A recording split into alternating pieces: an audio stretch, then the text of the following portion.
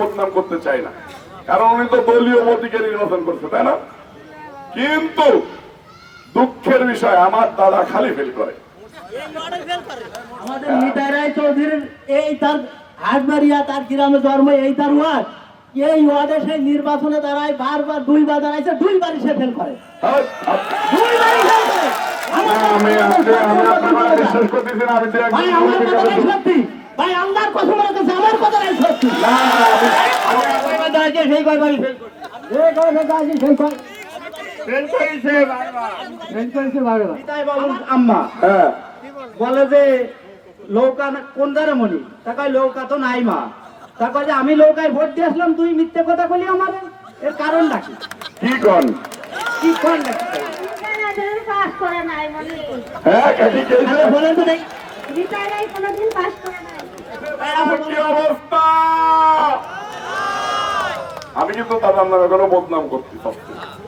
উনি কিন্তু আমাদের নেতা, বিএনপির ভাইস চেয়ারম্যান। উনি এই আসন থেকে দুইবার নির্বাচন করছে, মাগুরা 1 থেকে নির্বাচন করছে। আমি কিন্তু দাদার কোনো বদনাম করতে চাই না, কারণ উনি তো দলীয় মতিকে নির্বাচন করছে, তাই না? কিন্তু দুঃখের বিষয় আমার দাদা খালি ফেল করে।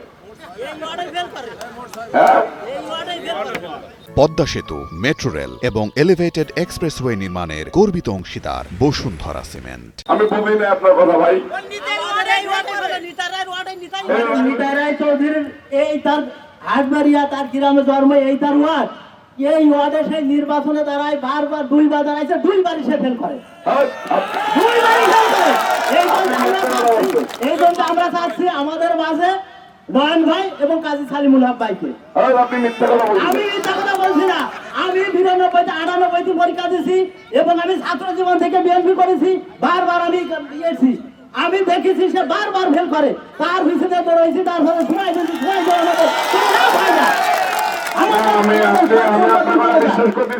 ভাই আমার কথাটাই সত্যি, ভাই আল্লাহর কসম রেখেছে, আমার কথাটাই সত্যি।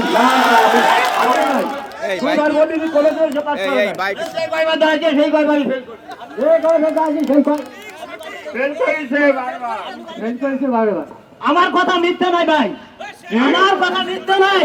সে দুইবার দাঁড়াইছে, দুইবারই কয়জন কইছে যাচ্ছে ভাই? এইজন কইছে লেগে 7-8 জন কইছি। 7-8 জন কইছে না? আমি এই দিকে সবাই সাক্ষী নিতে চাই। এই আমার দাদাকে যাতে ফেল করে, ওনার ওয়ার্ডের তৈরি ফেল করে, আমি তো বিশ্বাস করতে পারছি না ভাই। ফেল করে কে বললো বুঝি নাই, কি বললেন? নিতাই বাবুর আম্মা বলে যে লৌকা কোন দ্বারা মনি, তা লৌকা তো নাই মা। তা কয় যে আমি লৌকায় ভোট দিয়ে আসলাম, তুই মিথ্যে কথা বলি আমার, এর কারণটা কি? কি কন কি কন নাকি সত্যি ভাই? এবার যদি আবার ফিরে তাকে নমিনেশন দেওয়া হয়, তা আমার মনটাকে আমরা বিএনপি জাতীয়তাবাদী দলের একটি আসন তাকে মানে ফেল করবো, আমরা হারাবো। অতএব তাকে আমরা চাই না। আমরা চাই হয় নয়ন ভাই আর নাই কাজী কামাল ভাই। এই দুজনের একজন চাই।